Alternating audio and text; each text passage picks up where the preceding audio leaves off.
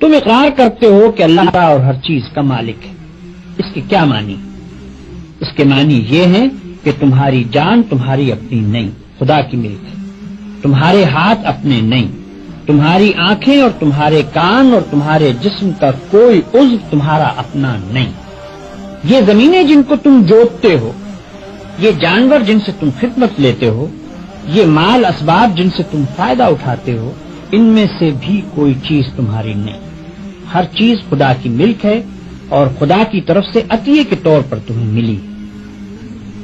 اس بات کا اقرار کرنے کے بعد تمہیں یہ کہنے کا کیا حق ہے کہ جان میری ہے، جسم میرا ہے، مال میرا ہے اور فلاں چیز میری ہے؟ دوسرے کو مالک کہنا اور پھر اس کی چیز کو اپنی قرار دینا بالکل ایک لغو بات ہے. اگر در حقیقت یہ بات سچے دل سے مانتے ہو کہ ان سب چیزوں کا مالک خدا ہی ہے تو اس سے دو باتیں خود بخود تم پر لازم ہو جاتی ہیں. ایک یہ کہ جب مالک خدا ہے اور اس نے اپنی ملکیت امانت کے طور پر تمہارے حوالے کی ہے تو جس طرح مالک کہتا ہے اسی طرح ان چیزوں سے کام لینا چاہیے. اس کی مرضی کے خلاف ان سے کام لیتے ہو تو دھوکہ بازی کرتے ہو. تم اپنے ان ہاتھوں اور پاؤں کو بھی اس کی پسند کے خلاف ہلانے کا حق نہیں رکھتے.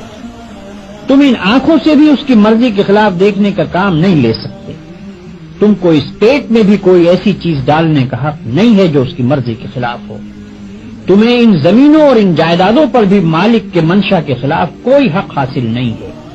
تمہاری بیویاں جن کو تم اپنی کہتے ہو اور تمہاری اولاد جن کو تم اپنی کہتے ہو، یہ بھی صرف اس لیے تمہاری ہیں کہ تمہارے مالک کی دی ہوئی ہے.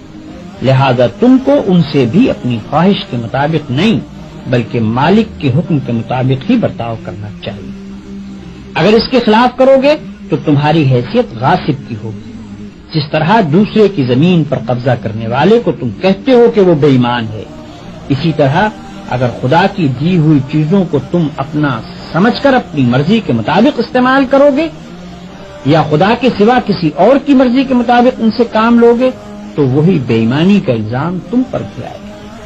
اگر مالک کی مرضی کے مطابق کام کرنے میں کوئی نقصان ہوتا ہے تو ہوا کرے. جان جاتی ہے تو جائے، ہاتھ پاؤں ٹوٹتے ہیں تو ٹوٹیں، اولاد کا نقصان ہوتا ہے تو ہو، مال و جائیداد برباد ہو تو ہوا کرے. تمہیں کیوں غم ہو؟ جس کی چیز ہے وہی اگر نقصان پسند کرتا ہو تو اس کو حق ہے